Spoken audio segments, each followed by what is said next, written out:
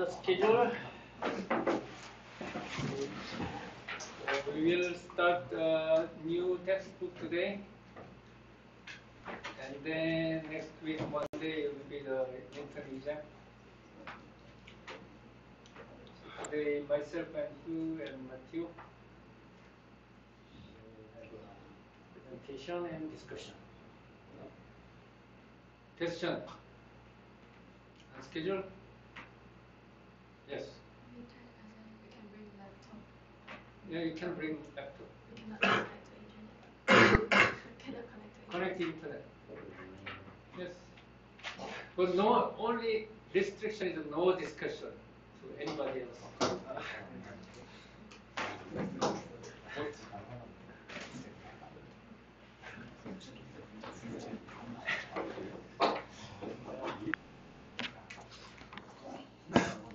Right.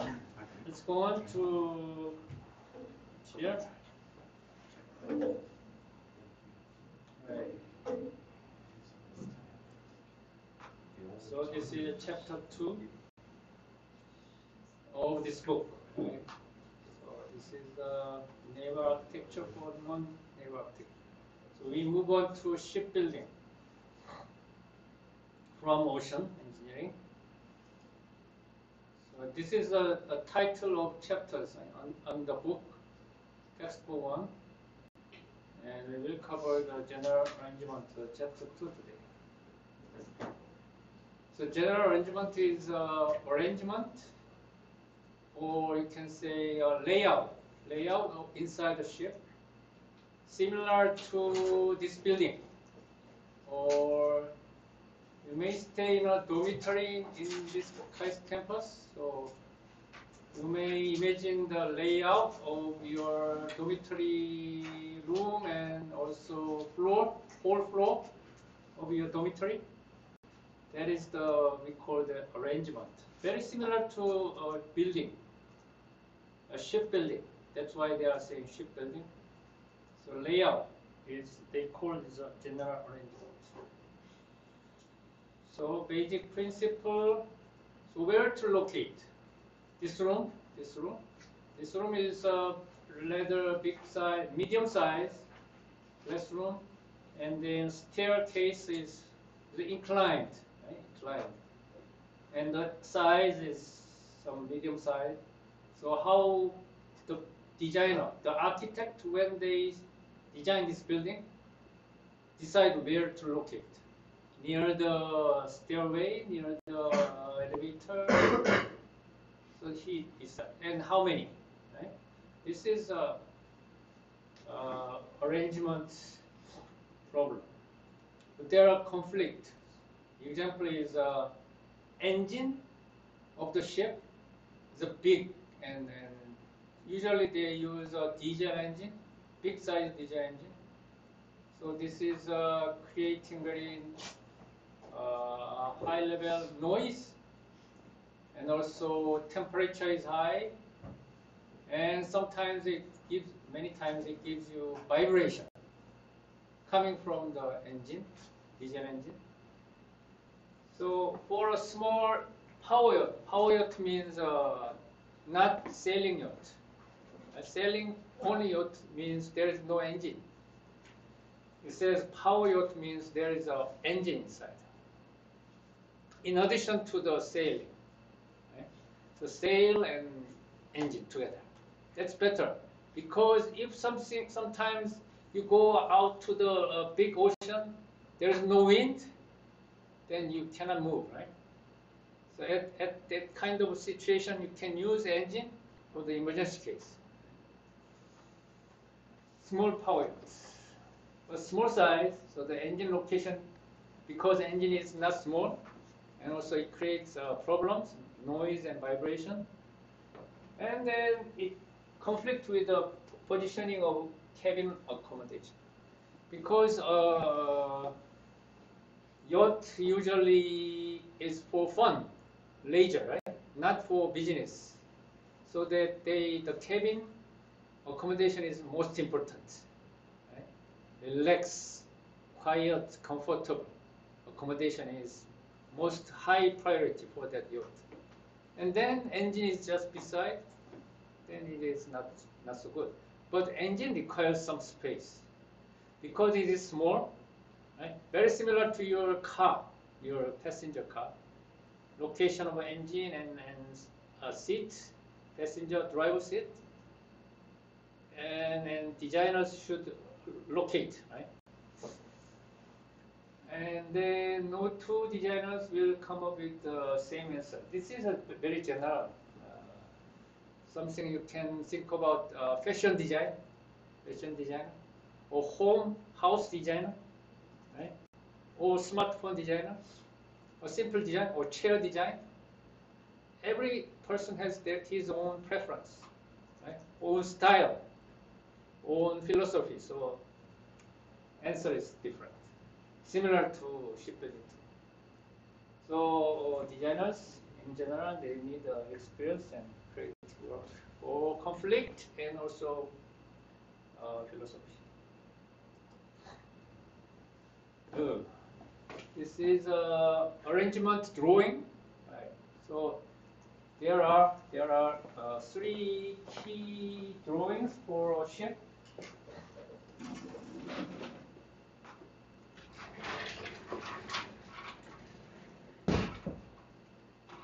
We will learn about this. But anyway, we will learn about general arrangement today, and then lines and midship section drawing. This is the three key drawings for a ship design. And general arrangement. This is one drawing. And lines means outer surface shape of ship. So that is contacting the water. This is because it is important for supporting buoyancy, size, and also resistance when it's running, right? And then also motion when waves come. So outer skin surface is important. It is important for car too also, right? Automatic car, when you design a high-speed motor racing car, the aerodynamics is important. Also, lane motion. Motion is not important for the hydrodynamics of the surface. Also important for, say, airplane. Right? Airplane also need a good aerodynamic shape, or less resistance, less movement when there is a fluctuating wind is coming. Right.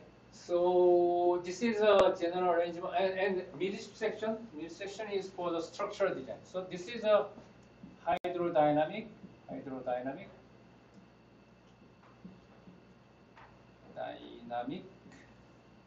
and this is a structural design, structural strength, and this is something like general.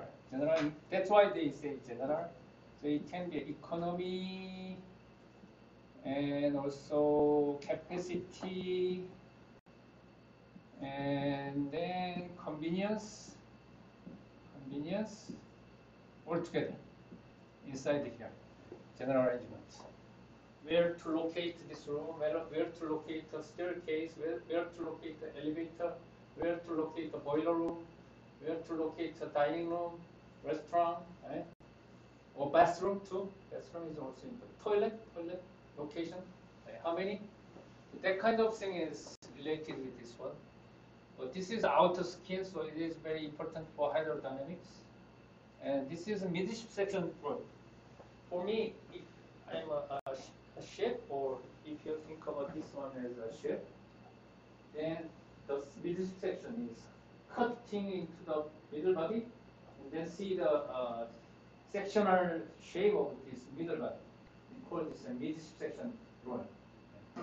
When you expect a CT scan of my body, then you can see my midship section, right?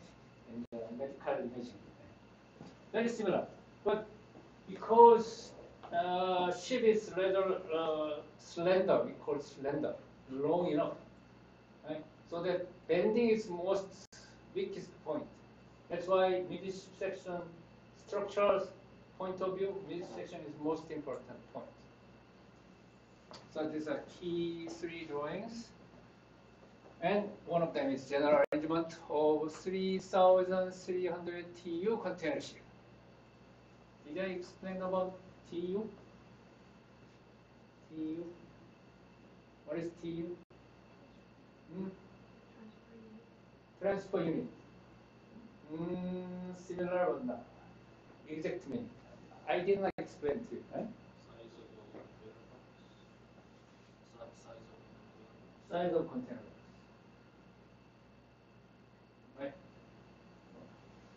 Right? Standard container box has a standard size, and most popular one is a 20 feet length. The other two dimension, the sectional shape is same, almost same, but the length is different. But most popular one is 20 foot length, and the other one is 40 foot. So 20 and 40. So it's just a doubling, right?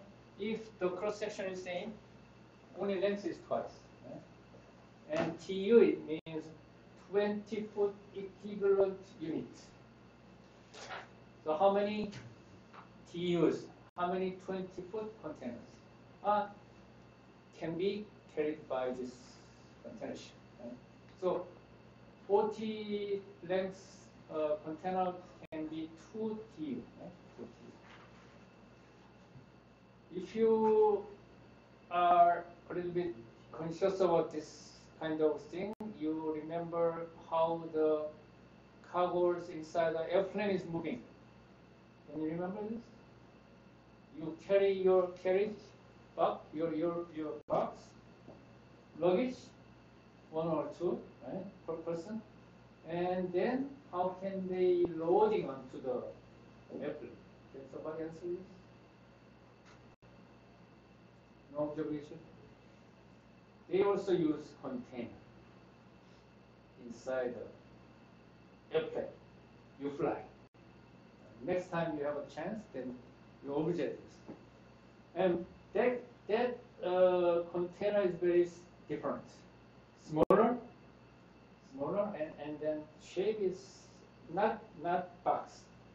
Similar to box, but one section is cut. Next time I can bring the image of this. Anyway, that is a standardization, right? Standardization of cargo. Inside that airplane container, maybe your luggage can be about 20 or 30 of them can be stored. And then every box is same, so loading is same.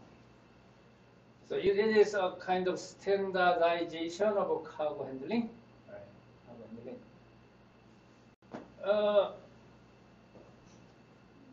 If you Columbus Day, Mayflower is the ship name of Columbus, right? Yes, no. What is the name of the ship? Mayflower was in 16. That is for the America, something. Yeah, English ship to present day United States. Right. Salem or something. Like northeastern part of United States of America. Right. And Nina? One of the ships was called Nina. Nina? Nina. Or one of them was called Santa Maria. Santa Maria. Anyway, at the time, can you remember how they loading cargo? Say the Columbus want to bring some precious things from the India, right? At the time it's tea or some special. But Can you remember how they loading and unloading the cargo to the ship? Wooden ship, big wooden ship, no container, no container. So it takes very long. As ship is growing size because of the economy, that creates a big problem, loading and unloading. Right? It takes more than months to loading and unloading because of the old way of crane loading of one piece by one piece. Right? So that's why they create a new standardized way and semi-automation of cargo loading and unloading and to reduce port time. Port time is important for the economy. All right, there's a big story behind. Anyway, this is a so you see that this one is each sectional shape as each section, some typical section, right? And then you can see that storage of containers. One more. If you say container ships usually traveling regular basis service towards the port, very similar to the train. They have a regular program of operation, right? Say Daejeon station, KTX is arriving about every 30 minutes or 20 minutes, right? At predefined time, right? And stops for 2 minutes to loading and unloading passengers. Very similar.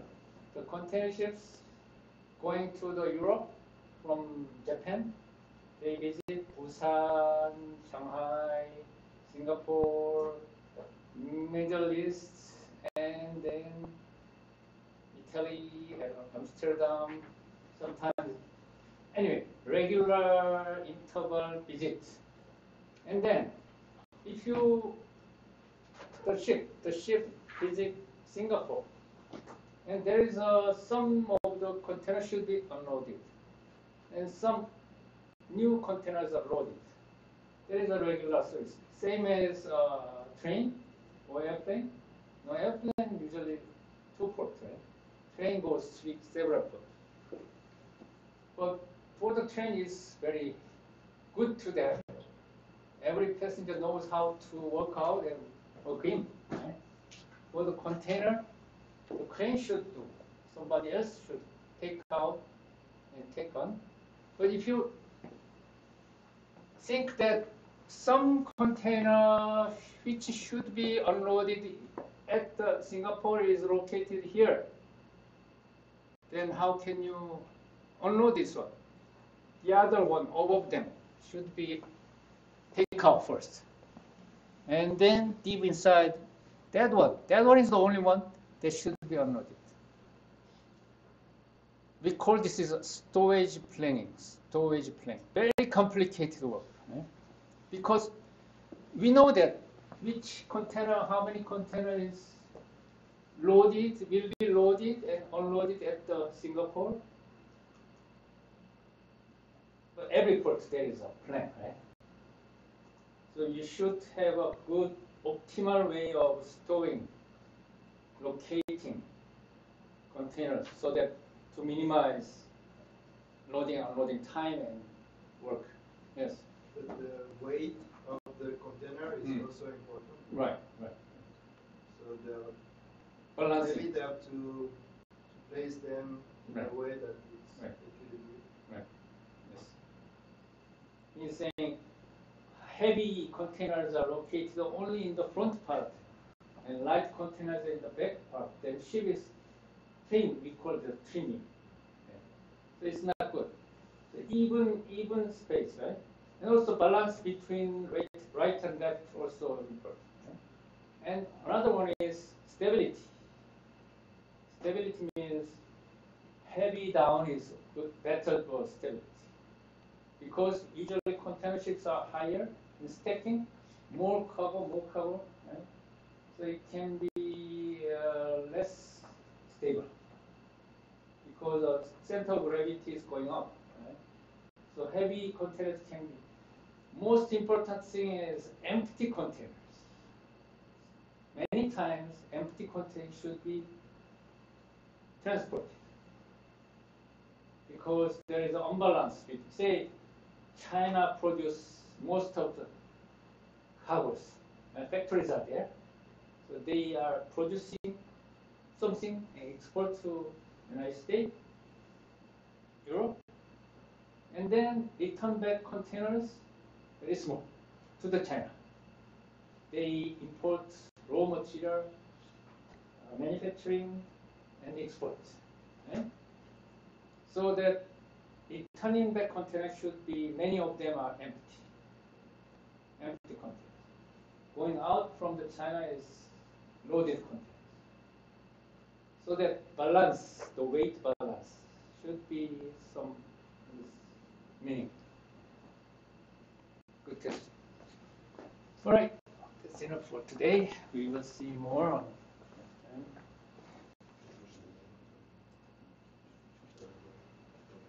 You have been to Eureka building, right?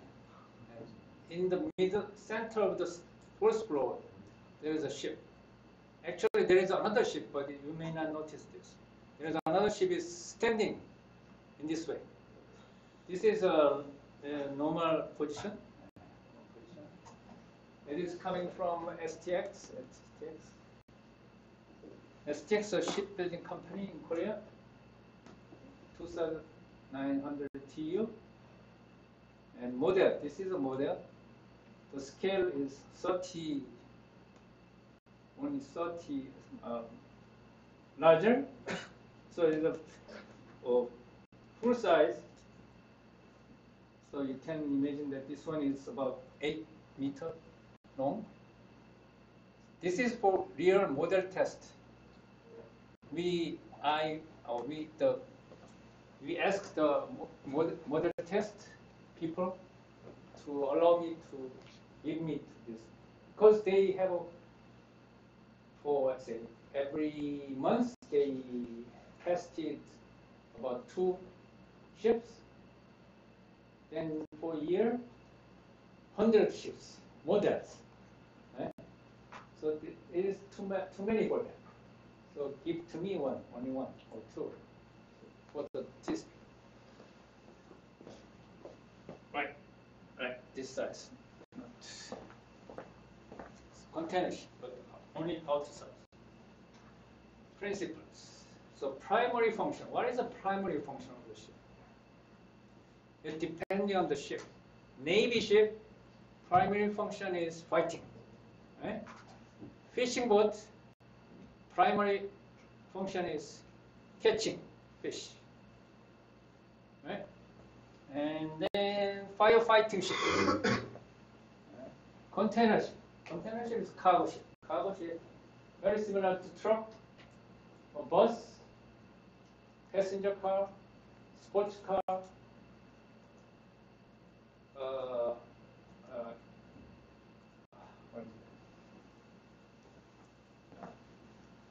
aircraft carrier, submarine. So primary function is different. And then primary function of the ship is the key for the harmonizing conflict among locational. So this building, you expect that. What is the primary function of this building? Teaching. So classroom should be the most important, right? Compared to other functions. You may see that there are some offices down first floor, 5th floor, but they are side. Classroom is the most important in the middle, in the central position. So if there is a conflict, so primary function must govern the design. Like for fishing boats, start locating the fish catching, and cargo ships, and type of cargo handling. Right? Container ship, we will see that there is a roller ship, right? Roller ship. What is a roller ship? Roller ship. Roller ship. Roll on and roll off ship. So cargo is rolling, the car carrier, or train carrier, car carrier. When the Hyundai Motors Company export car to France, I don't know whether is it, but anyway, Europe, they export new car on a car carrier. Car carrier is a specialized ship only carrying car. And then all the car is rolling on into the ship. The drivers are very skilled men. They need to parking, 1 second, one position, because it should carry 5,000 cars. So loading time. Specialized names. Okay. For the cargo handling, how the cargo moved on and off through what openings, roller ships, within the hull. Where to the cargo position inside the ship. This is a mobile harbor. A1 type carries 250 TEU containers. It was a big project inside KAIST 10 years ago. But this is designed also together with STX, offshore shipbuilding. Arrangement story, general arrangement. You can see that this is a two hulls. We call it a twin hull ship, twin hull ships. And it carries, the special point is it carries a high container crane. So it says mobile harbor because it carries container crane. Question? Inside out. So interior arrangement is first, rather than outer shape. It is different for the yacht or passenger ship. Outer shape is more important. So then it can be outer designer has more priority than interior. Sometimes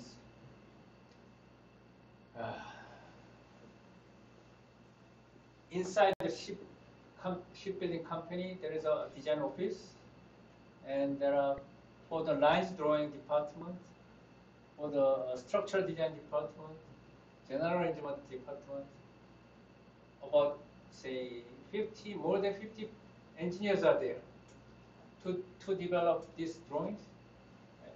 They fight each other. Arrangement is more important than shape.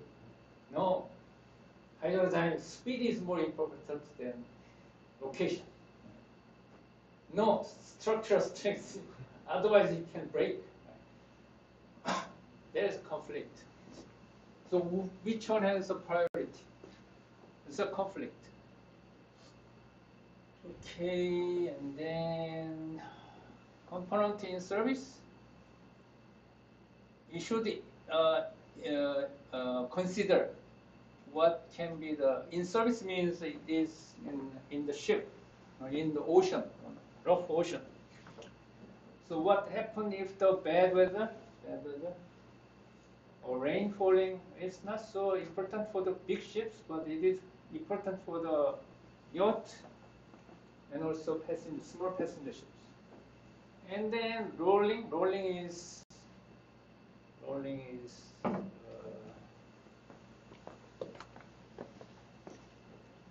so rolling is in this way. This is the rolling, right? Pitching is in this way. Pitching. So wave is coming toward the ship, then ship is pitching this way, right? It's coping with the waves, right? But if wave is coming in this way, then ship is rolling. And if rolling and pitching is big, then it is not good for person inside, passengers, also for the cargo. Say you see that this is of 200 meter, 300 meter long. and pitching angle is say 2 degree or 3 degree, and then it can be 150 meter and 2 degree, 3 degree. What can be the size of motion there at the front part, and then also the time, acceleration, time of pitching, right? Cycle pitching, so that sometimes it break covers because of the acceleration and break with the water touching. We call this is a slamming. We say this. So anyway, bad water in service, the component of the cargo or ship itself.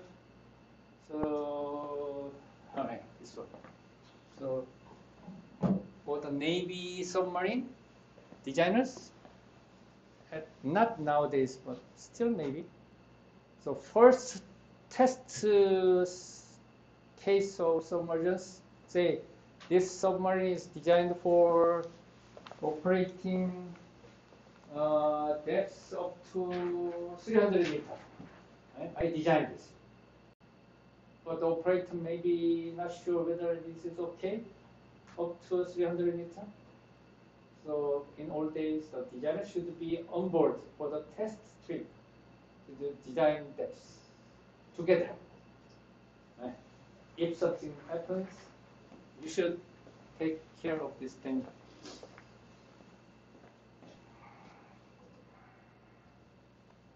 Dry bulk cargo carrier.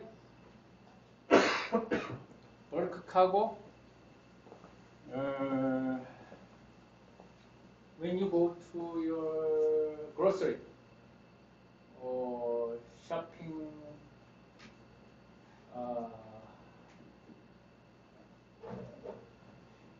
market, there's a grocery, and some of them are bulk material. You know what is bulk material means in your shopping? Peanuts, not canned one, raw peanuts, or grains, right? Rice. Many times we have a packing of rices, but sometimes there's a raw rice, and then how can you buy or sell? You measure, right? Measure in some special device, right? Or you measure by weight, right? So measure by boxes, it means volume measure, and weight measure. One of them, right?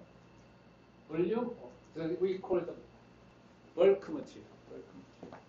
So bulk cargo is very small, no package.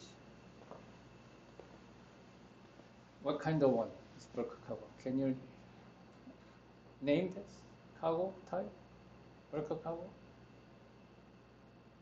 What the ship carrying?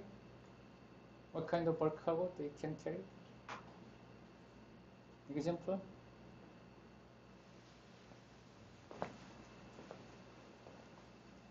The container is not bulk cargo, right? Cargo. No? Yes?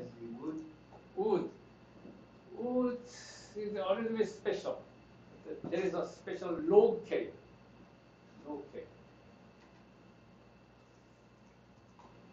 Green. Ore. Ore is core, very simple. Also liquid. Liquid is a kind of bulk cargo. Oil. But they are same wet bulk. Dry bulk and wet bulk. So they measure by volume or weight. We call this is bulk cargo. Container is 1 minute. TU, 3 TU. Right? Also car carrier, 1 car, 2 car, 3 car. passenger, 1 person, 2 person, 3 person. That is not bulk. Bulk means measure by volume or measure by weight. This is bulk. So this one says dry bulk cargo. Dry bulk. And cargo hold is cargo hold is. This is a cargo hold. Right? All cargo up to here. So it's a main body of the ship. And the hatch cover means opening, right? Because it can be grain, it can be coal. At the loading, you need to open the hole, cargo hole, and then grain is coming, coal is coming through the conveyor belt, usually, right? Falling down into the conveyor. Taking out is another problem, right? But you're saying it's a special, no, double bottom, used for fuel for the ship. Right.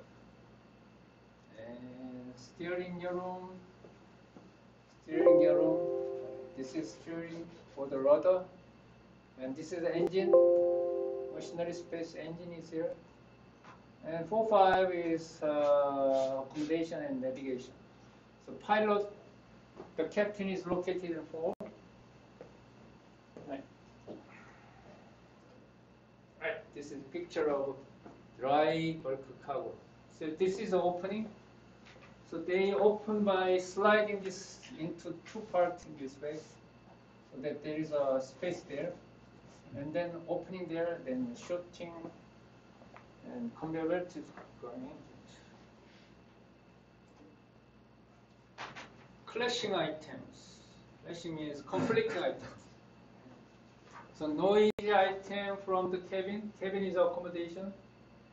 And library is for the quiet from the disco bar. This is a passenger, right?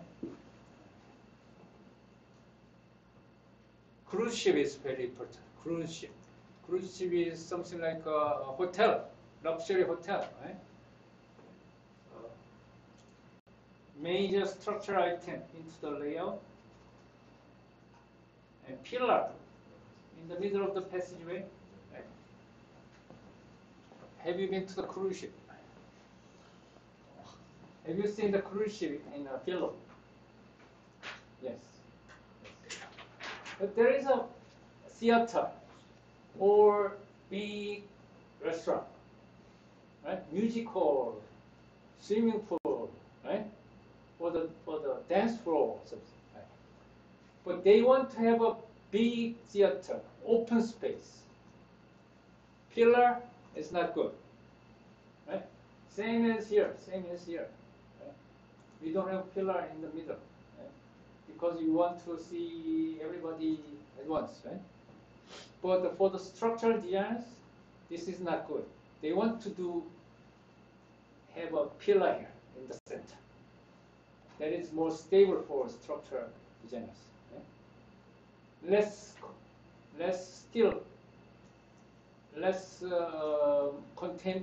concrete is needed if we allow center piece of pillar. Otherwise, you need to has a bigger bending moment or something, loading, so that can be loaded, spread out into the surrounding. Right. So major structure, and also small clearance for repairs. Have you been to trying to repair your car sometimes, or at your home?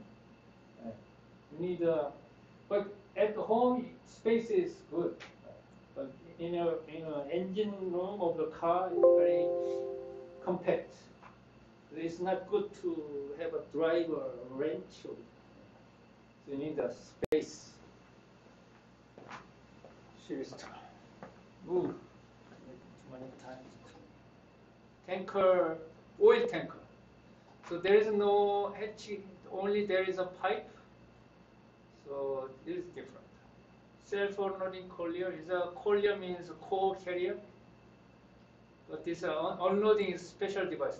They he has own conveyor belt system. What is this? VLCC?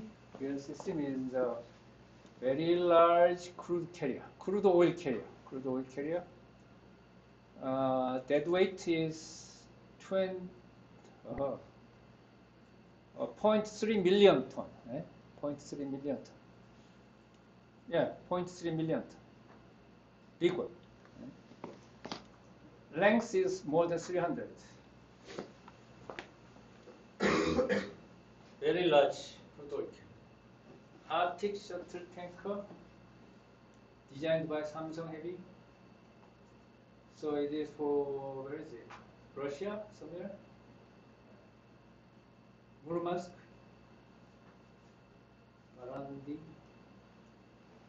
Self-propelling without support of icebreaker. Degree, minus 45 degree operating condition. If something wrong, then ice is all surrounded to the ship, so the ship cannot move for months. Right. There's a problem. Temperature is going down suddenly, then frozen sea, ship cannot move. Right? So icebreaker is a special ship that can break and then make a way toward the ship. And the shape of the ship is like this one, very inclined front part. So that ship is going above the ice. That they break the ice by weight of self-weight. Sliding over and going down, sliding over and going down, right? In this way. So there is a special shape of this in the front. But usually you need a special icebreaker, but this is self. Oh, this is video. And last two. Okay. General questions. Move on to B.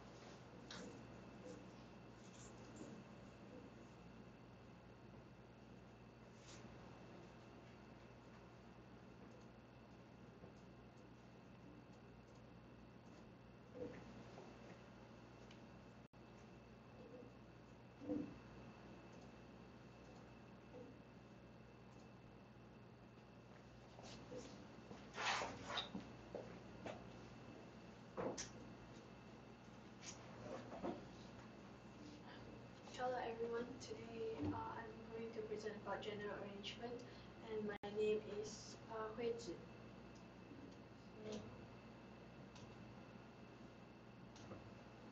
So today I'm gonna talk about research ship, motor yacht, sailing yacht, cruise ship, and bulk carrier. So about bulk carrier, it is basically it transport cargo in a very big size ship or core. And this is a Japanese ship. It called Ball Excellence, and it can carry around 54,000 tons, and the length is 294 meters. Okay. So comparison from the Japanese ships and these Samsung Future ships, it is larger compared to the previous one, which is here, 366 in length meters, and it can contain 13,300 container.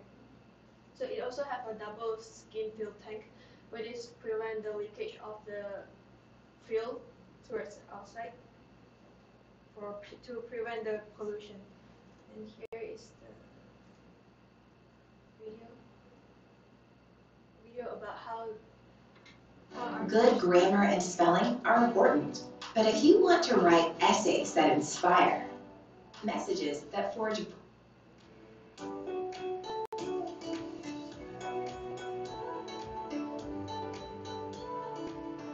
video is about how the containers are loaded into the cargo ship.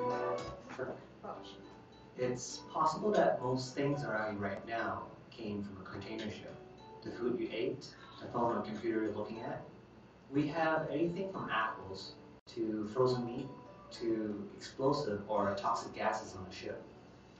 Some of the things we carry is pretty bizarre.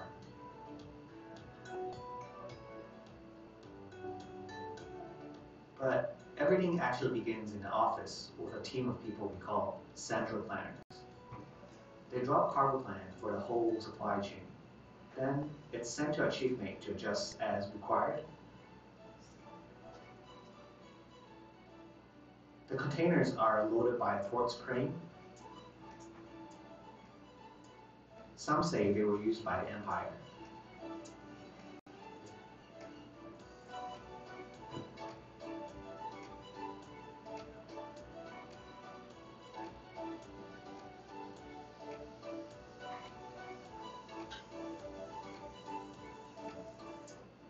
Starting from the bottom, stacking up like Legos.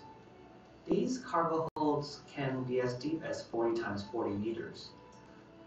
The spades are built with these long sail guides that run downwards. It secures the containers in place.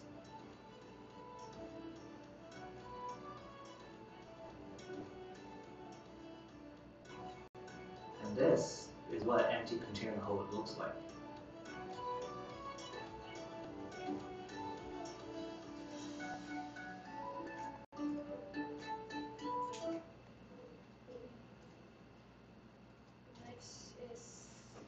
This is a cruise ship. Cruise ship has a larger size compared to the cargo ship, the bulk carrier, and it's 50-meter height. So the basic outline of the cruise ship, they have public spaces, lounge, and gallery, passenger cabins, theater, shopping malls, and engine at the bottom, decks, all those entertainers. So this is how cruise ships works.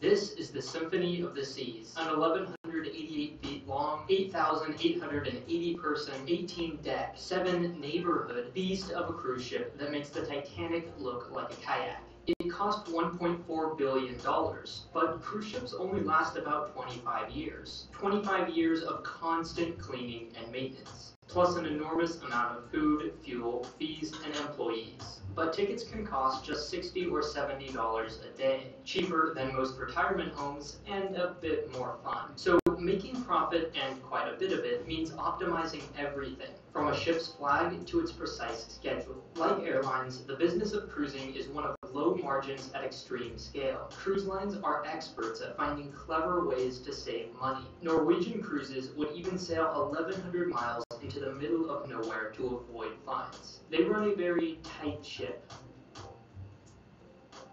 Cruises can be long, short, salty, or not, but they all fall under three basic categories. Mainstream cruise lines optimize for scale. They sell lots of tickets for not a lot of money, sometimes even at a loss. The average ticket sells for $1,293, but costs the company even more in food, fuel, wages, marketing, and lots more. If everyone left their wallet at home, these cruise lines would go out of business. But the average person spends $429 on board. They're the perfect captive audience. When your only choices are Pepsi or seawater, they can pretty much guarantee your purchase. Casinos, spas, shopping, and drinks are key to making profit, and why you can't bring your own. And since everyone walks from cabin to dining room at least once a day, that's where they place lounges, bars, and casinos. There's no avoiding them. Premium lines are just the opposite. They make most of their money up front. The no screaming kids on board tax means they can spend more time in ports. And luxury ships may only hold a few hundred passengers, but each pays more than enough to make up the difference. All three categories serve very different markets, so a good company catches them all, which is why so many brands are owned by just two mega corporations. Carnival owns Holland America, Princess, P&O, and Costa, even an airline at one point. And Royal Caribbean owns Celebrity and Azamara. This way, something like Costa Concordia doesn't damage the rest of the company's reputation. When a ship reaches the end of its life, they can just hand it down to one of their other brands with lower standards. And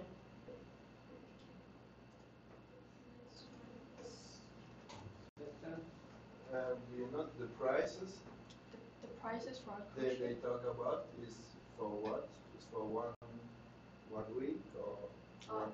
Actually, it ranges. So the price is like 429 US dollar. It can be one trip or for a week, but it depends. It all depends on where you go and how long is the duration. So the cruise is varies from the days trips until the months. It can go until months, and it has a really big skill entertainment facilities, right? Restaurant, um, gym, yeah, those kind of stuff. And the most famous one are Caribbean, Alaska, and Mediterranean cruise ship. And this is the Panama Canal. It connects the Pacific Oceans to the Alaska Ocean. And I'll show you how Panama Canal works. Panama Canal celebrates 100th anniversary. The expansion of the Panama Canal, scheduled to be completed by June 2015, will open up the 81-kilometer channel to even bigger vessels. The canal currently uses locks to raise ships 26 meters above sea level. Water from the artificial lake enters by gravity into locks and causes ships to rise. The ships then travel through the artificial lakes and channels until they reach the locks to the sea on the other side. Two new sets of locks will be constructed to supplement the already existing locks at the Atlantic and Pacific entrances of the channel. The new locks will be larger but use less water than the existing ones. Nearby basins will recycle the water from the locks as they are emptied and use the water to partially fill the locks when another ship passes through. Water from the canal's lakes will also be used to fill the locks. The new locks will be able to handle ships that are longer, taller, and wider. Per ship cargo capacity will nearly triple, from the current roughly 4,500 standard container limit to roughly 12,000 standard containers. These changes will make the Panama Canal more competitive with the alternative Suez Canal route, which currently accommodates much larger ships. So why they need a Panama Canal is to raise the water level to meet another tides. So the Pacific tides has a higher height, like 4 to 5 meters, compared to the Alaska sea level is like 3.3 meters. So if they have to cross by directly, it is impossible. It will cause a really big counterflow or big tide. So with the Panama Canal, they raise the water level by locking it, and it prevents the water from the oceans from colliding. This is oceanographic research ship. It can carry out the research while you're shipping on the ship. Yeah, so they have navigation bridge here and public space accommodations programs, and the size is basically similar to the bulk carrier. So here is how oceanographic research ship works. 70% of the Earth is covered by the ocean, and the ocean most critical component of oceanography. And it's going to rely on new vessels with new capabilities to use the ship efficiently and gain the maximum benefit for the most people. When we were approached by Oregon State, one of their key objectives was to make this as green a ship as possible. We've gone to great lengths to incorporate the latest technologies into the ship to keep it as environmentally friendly as we can. We decided to use variable speed alternators to make electricity. We've also used LED lighting wherever possible. We're using waste heat, so to keep from the engines, we'll use that to heat domestic water and to actually make potable water for the ship. The design of the ship is very, very important to the efficiency of the ship. And so we went to great lengths to make this as low resistance hull as we could, in keeping with the desires of the scientists to have bubble sweep down minimized for the performance of their instrumentation. Part of the design has been to incorporate a U-tube anti-roll tank. And so that means the vessel can operate in more challenging environments. And a lot of our coastal environments do see some pretty severe weather conditions. And we like to be able to investigate ocean processes under all conditions, not just on a sunny day. We've got a double articulating A-frame, which will allow the vessel to pick up pretty large packages. The Oxford recovery system will be designed so that it can put CDD almost down to water level. They have a centerboard where they can change out some of their transducers. They also have a pretty extensive transducer array. There's always, for this project, been a drive to collect as much data as possible and as continuously as possible. Data presence is providing real-time data to enable virtual participation to researchers and stakeholders on the shore. So we've got a team assembled that are developing the technologies to enable this. And in terms of moving forward in the 21st century, that's very exciting. That's where we need to be. The layout was designed to balance people's habitable enjoyment versus the practical requirements of why they're sea. And every detail on these ships has been scrutinized against the practicality of being underway, doing science at sea. So we put a lot of thought into creature comforts and habitability issues, making sure that they ride well, making them places that people want to be.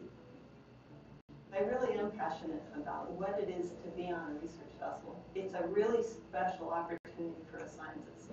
Not only to do your science, but to be in a community at sea. I would hate to lose that. So basically, they collect the samples from the sea and carry out the research together in the ship, oceanographic research ship together in a community. So this is the drill ship of Samsung. It drills crude oil wells in the bottom of the ocean seas, and it can go until 11 kilometers deep into the sea floor. And it has to have a technology to maintain the positions of the ships. Also, you have to have the equipment for drilling and localization of the oil field. This is FPSO of Samsung. So FPSO stands for Floating Production, Storage and Offloading. So marine refinery for development of this sea oil field. So after you collect the oil, you have to refine it and go. So if you collect the oil and you transport it to the land and refine it, it takes a long time consumption. So if you have an offshore oil refinery ships, that it can process way faster than you transport it to the land. So you have to have a technology to avoid the risk of leaking the oil. This is LNG FSRU, floating storage regasification unit. It is similar to the FPSO, but it is refining the gas, natural gas, liquid natural gas.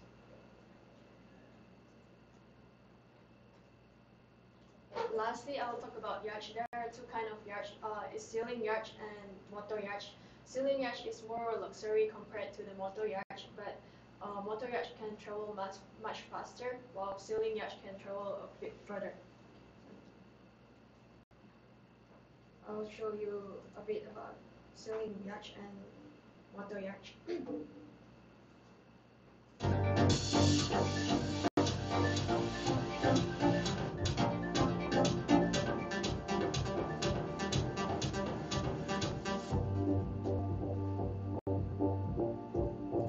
So basically, sailing yacht is more fancy than the motor yacht.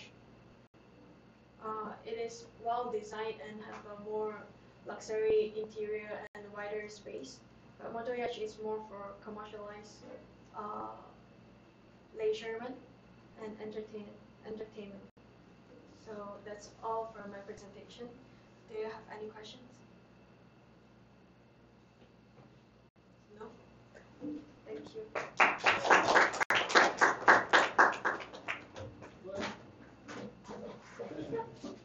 Do you need more time? I don't know. We will see.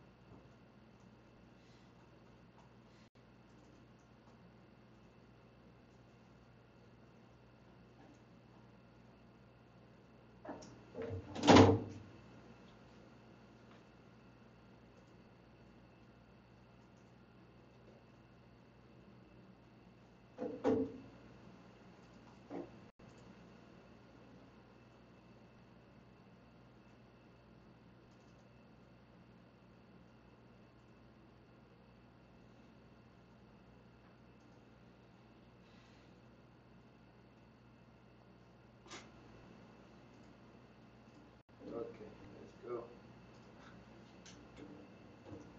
Okay, welcome to the discussion of today. Today's topic is this question: shall we regulate the emissions of the shipping industry? And for this, I will try to do a debate today. We will see how it works.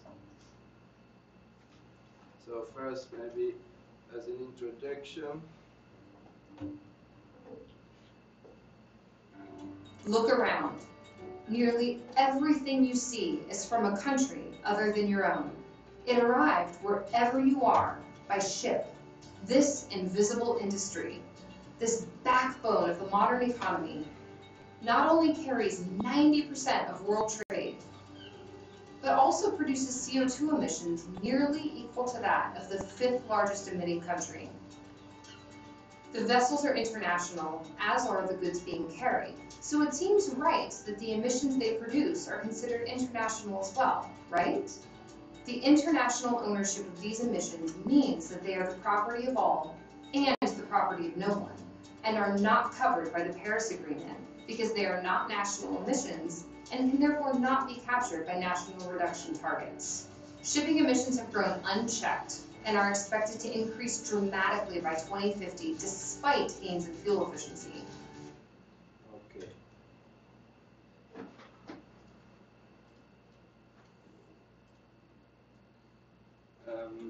So to summarize a bit, the shipping industry covers 90% of the world trade, but the cargo ships have a really big environmental impact. For example, one of the biggest ships emit the equivalent pollution as 500,000 cars, and one of the reasons is they burn bunker fuel for as the fuel, and the bunker fuel is cheap, okay, but is not good quality. It has a lot of sulfur in there, and it causes a lot of damage for the health and the environment. Okay, now I assign to everyone a role. It's really small. I printed them out. For now, maybe we can do like here is the people against a new regulation, and these are the people pro a new regulation. And maybe the people against can sit together in this area, and the people pro maybe can sit here, if you don't mind. Please.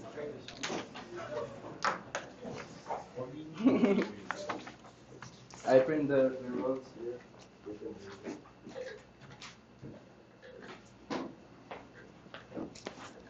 Against?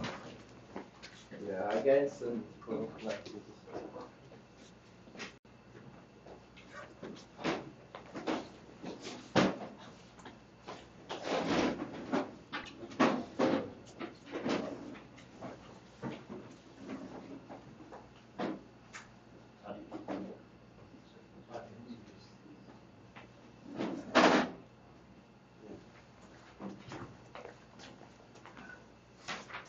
Someone is missing, so if you want to join.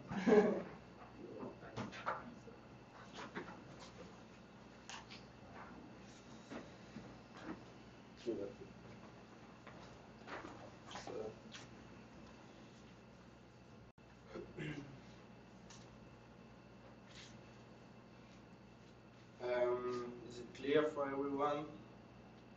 At least the role? You have questions?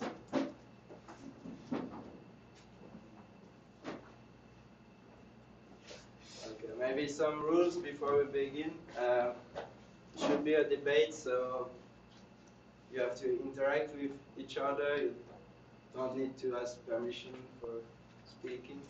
Also, I give you a small description of what you are, but it's up to you if you want to stick to that, or you can also elaborate a more complex meaning, find some new arguments.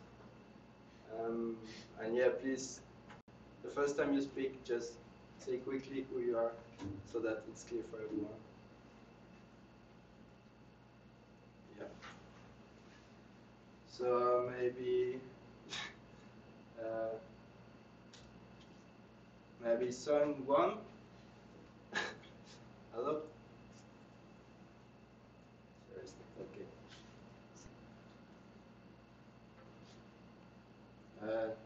Sun 1?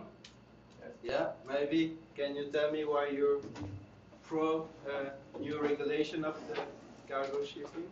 Okay. Do you have a question maybe? Okay, I think that ships are responsible for more than 18% of some air pollution and oil pollution because of ship. So I think that strong regulation is needed to solve this problem. Okay, how do you think about this problem? Strong regulation. Okay, so I'm the president of the United States, I guess. I'm Donald Trump. Hi guys.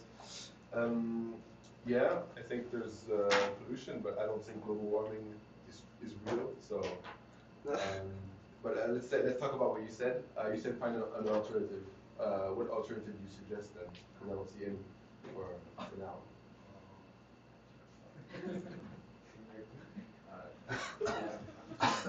So what alternative do you suggest? Nuclear. Nuclear.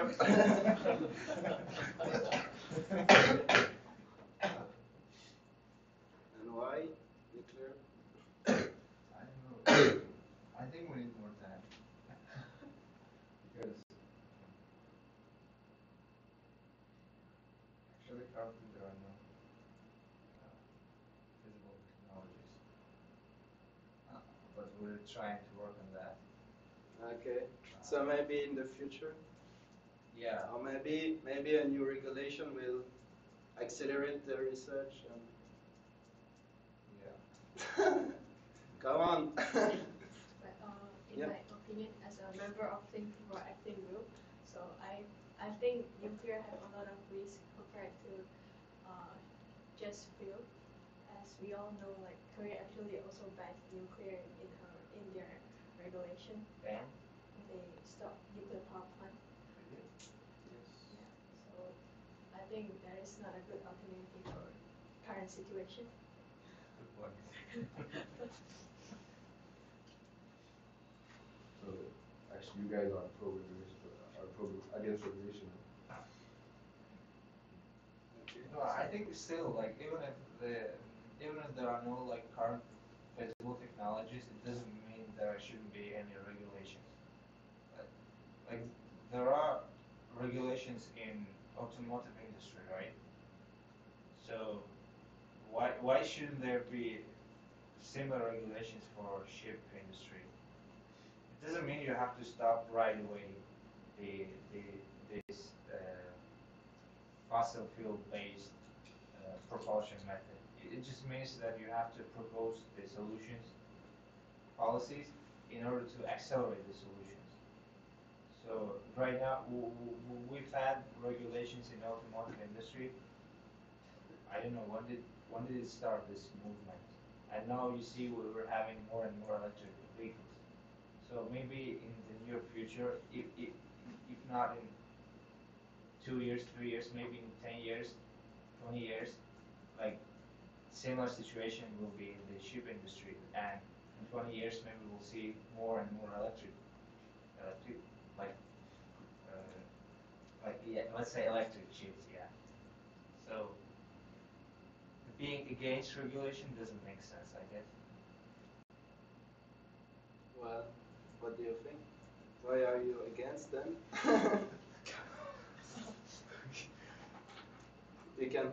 You also have like one guy is missing, you can also use his arguments if you guys not here today. Right. So this is time up. So no. we can continue next time. It's very interesting. And one suggestion is, if you want to have another debate for your discussion time, you should let them know, because they can be prepared. It takes time because it is against my own position, right? So you need a time to prepare for this. So it's very good. So continue next time. Right?